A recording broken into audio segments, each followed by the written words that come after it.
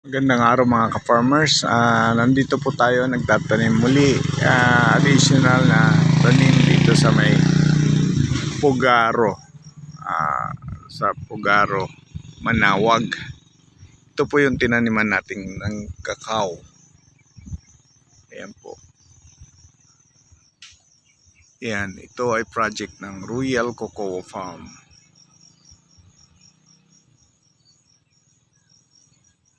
Ayan po mga ka-farmers. Nandoon sa dulo yung nagtatanim, yung doon sa may dulong-dulo. Nakapula na t-shirt. O, ayan. Kaya mga ka-farmers, yung mga nais magpatanim ng kakao ay pwede po tayo mag-inquire sa Royal Cocoa Farm. Located po na sa Sitio Lumbaan, San Vicente, San Jacinto, Pangasinan. Yan po mga ka-farmers.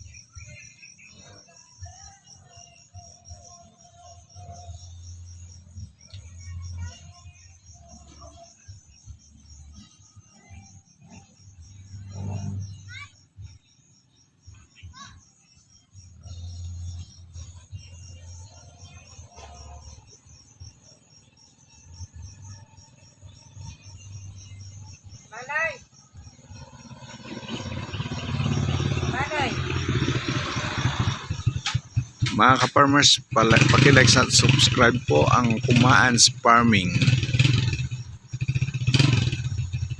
Maraming salamat po. Ang Kumaan's Farming po ay hindi lang kakao po ang commodity, kundi mayroon ding avocado, may pomelo, may jackfruit at saka guyabano. Tapos ang nilalagay na din in between panglilim ng kakao ay mga saging, mga tundal, saba at senyorita.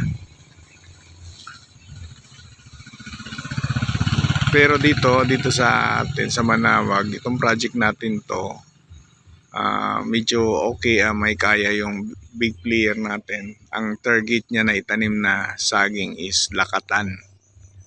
Kaya yun, nag-order pa ata sa Laguna. Kaya mga ka-farmers,